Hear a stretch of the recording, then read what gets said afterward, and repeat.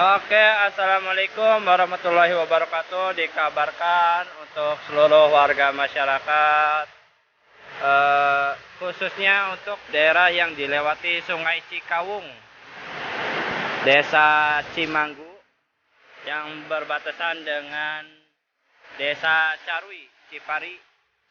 Untuk kondisi air saat ini sudah mulai meluap. Saya dari tadi mantau ketinggian dari awal di pondasi sini tuh tadi 2 meter, sekarang tambah naik lagi menjadi tinggal setengah meter dan naik lagi kurang lebih ini 40 cm atau 30 cm. Jadi untuk warga yang ada di daerah yang dialiri Sungai Cikawung harap untuk berhati-hati karena debit air semakin bertambah. Ya.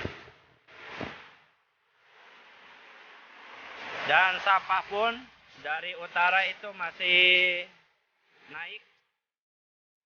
Ya, ini sampah yang menumpuk.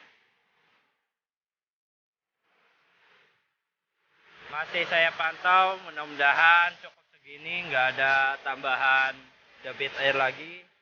Tapi kita belum tahu untuk kondisi yang ada di atas sana, yaitu daerah Bantar Panjang, daerah mana lagi tuh ya yang dilewati. Pokoknya daerah atas lah, daerah hulu. Oke, mohon untuk dikabarkan ke yang lain.